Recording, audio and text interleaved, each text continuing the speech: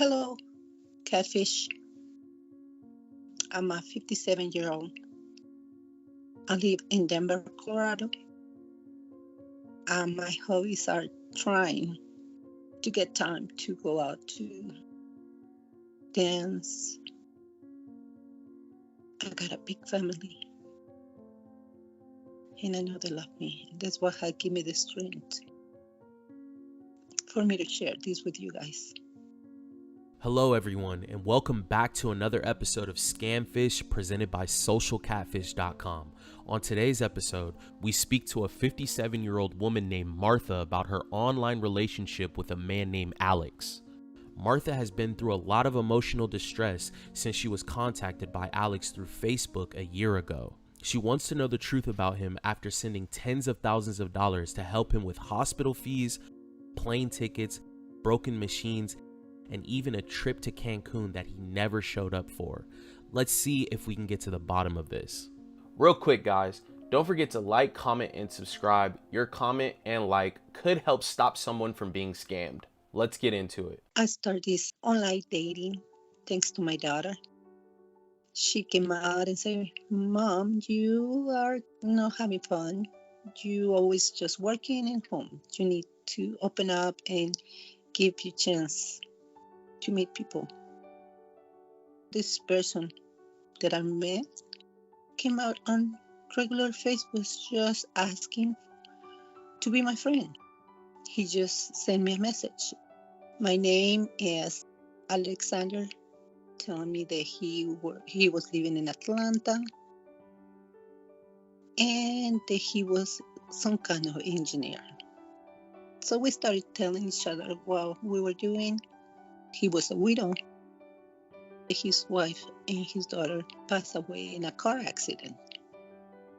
And we just start from there. He telling me about that he was cooking, that what he liked, and asking me the same questions. I replied, and he started texting me more often. "How you doing? Good morning. I hope you have a nice day." And this is when it all started.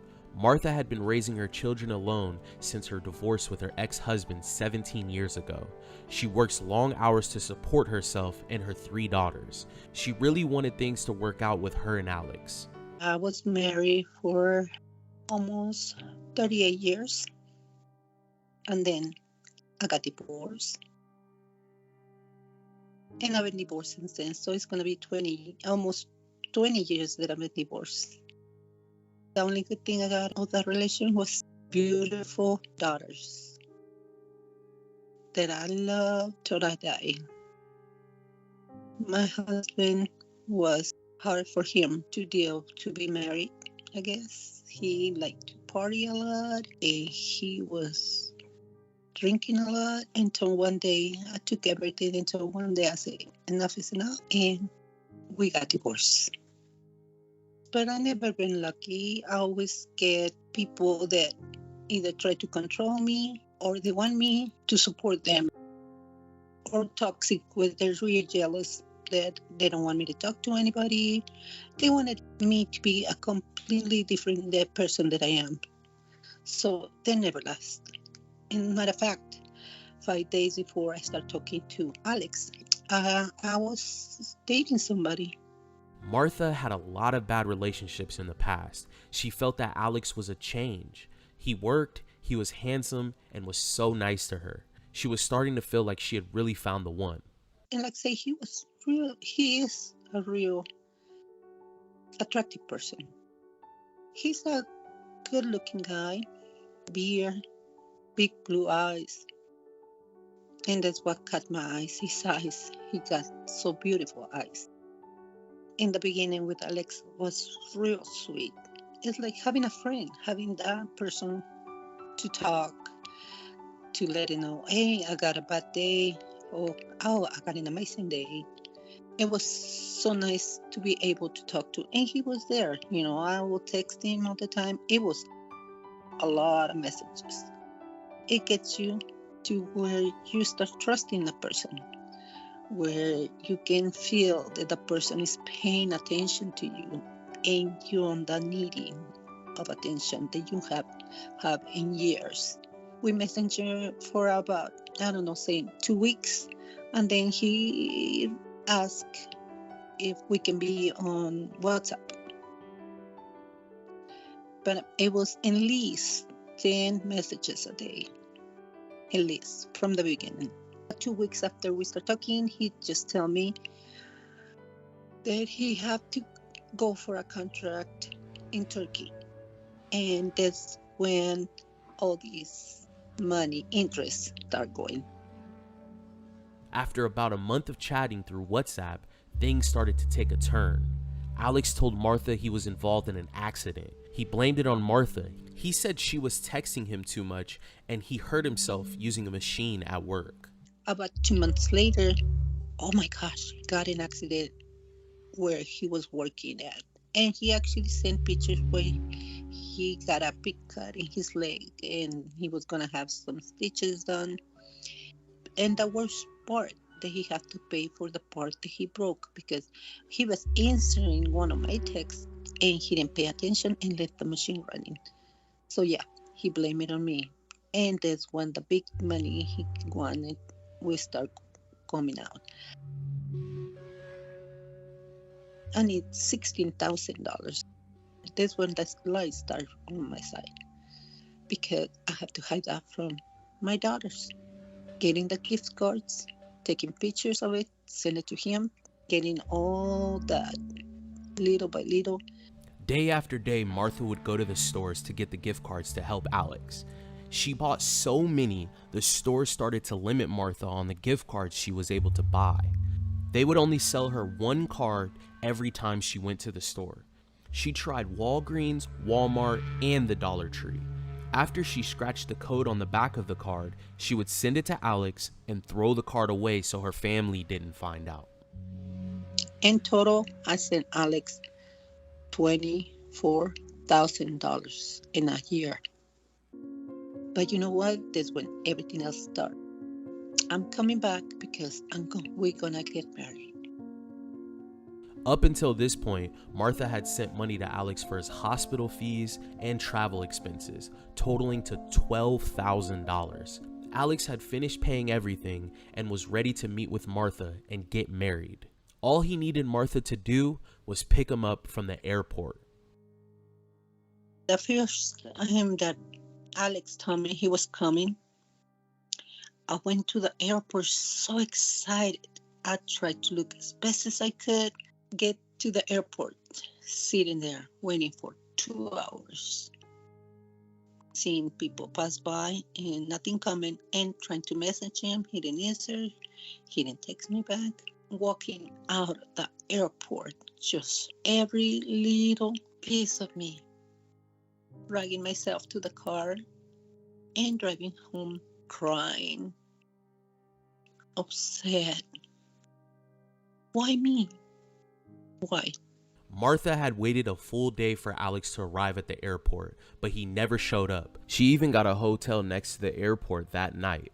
She stayed up all night waiting for him to call her back. She later received a text message from Alex. He told her that he wasn't able to leave his job site until he paid the fees to fix the broken machines. After he already got around $12,000, he's coming. But you know what? He had to pay for the parts that he broke, so he needed another $10,000. And here goes another $10,000 in my credit card. Honey, I'll be there in 3 days. This is the day. Martha sent an additional $10,000 to Alex for the parts that he needed to fix. Alex was getting on the plane once again. All he needed Martha to do was pick him up and he would pay her all the money back and they would finally get married. I'll get to the airport again. 8 hours. 8 hours. Hours and hours for me. Looking around and crying my eyes out. Crying and crying and crying. Something must happen because he's not here. Heartbroken, upset. And I say no more. I can't. I can't. I can't get sick again. I can't. Next day, I'll get an email from a doctor in Turkey saying, Alex got in a car accident. He's in real bad shape here in the hospital. He might die. We need to let you know he needs a surgery. I don't want that anymore. I can't be broke, homeless, no more for a picture. Or why they let it go so bad of Alex.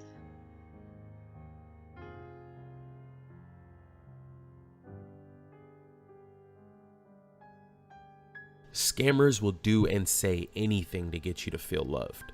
This is a common tactic they use to create an attachment. All of the problems that Alex went through always turned into reasons for him to ask Martha for money. We looked into the doctor that was emailing her and found that the scammer used a stock image of a doctor and communicated with Martha through email. We searched this email and found out that it was brand new and just had been recently created. Alex was never planning to see Martha, nor was he injured while he was working. All of these stories were fabricated, and the images Alex sent to Martha were stolen from another man's profile. We were able to help Martha with the tools on our site, and good news, they're available to you too. We have plenty of tools that you can use to verify your online lover. So visit our website, socialcatfish.com, and find out the truth about who you're communicating with online today. Just hitting like, comment, and subscribe helps us build out more tools for you to use in the future. It was now time to sit down with Martha to let her know what we had found. Martha, it's great to see you again. Hi, Martha. Nice to meet you. Nice to meet you guys. It seemed that you were tied emotionally to Alexander. What was so special about him? He always involved me and wanted to know about me as a person. Is what I did, how my day was, how my night was, how my work was. He was concerned about my health. All those nice things that you want to hear from a person. Breaking the news to Martha was tough because we knew it would be hard on her, but this was the only way to stop this scam. We also researched the photos that you sent us, and we ran a reverse image search on our site, Social Catfish, and we found the real identity of the man in the photos. His name is Rex. He is not the man you're speaking to.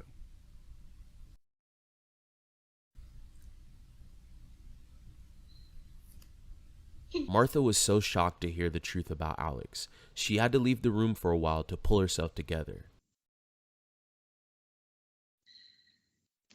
Can you give me a minute, please? Yes, absolutely.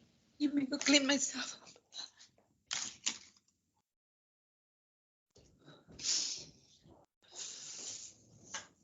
This was a man she was engaged to and sent $25,000 in hopes of meeting him. Realizing that this was all a bunch of lies, it had to cut her deep.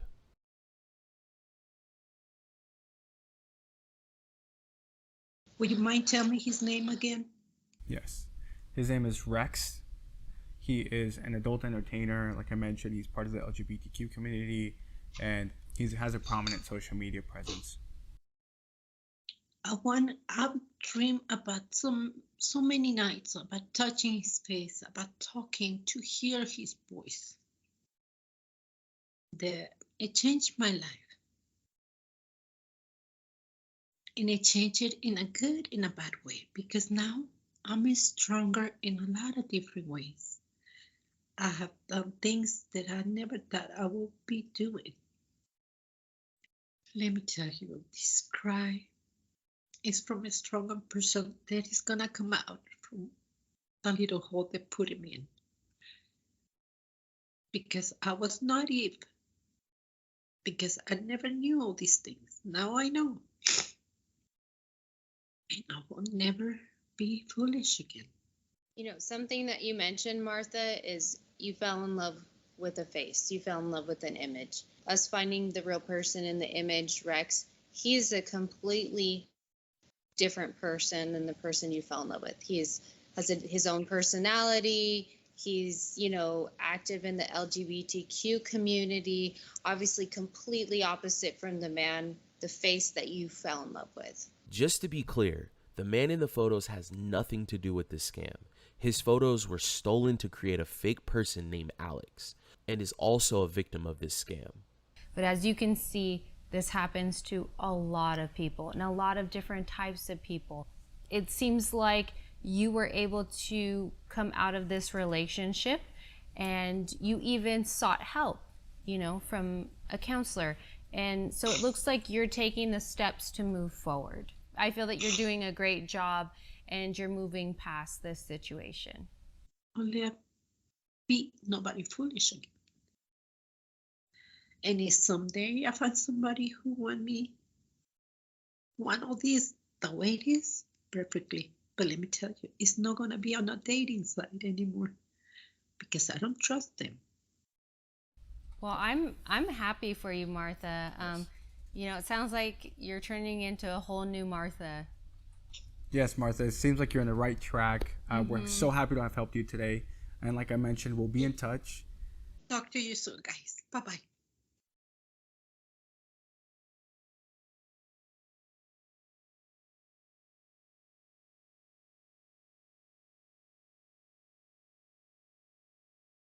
Thanks for watching another episode of Scamfish, everyone. Remember, new videos go out every Wednesday. If you or anyone else you know might be going through a scam, please send an email to sharemystory@socialcatfish.com. See you guys next week.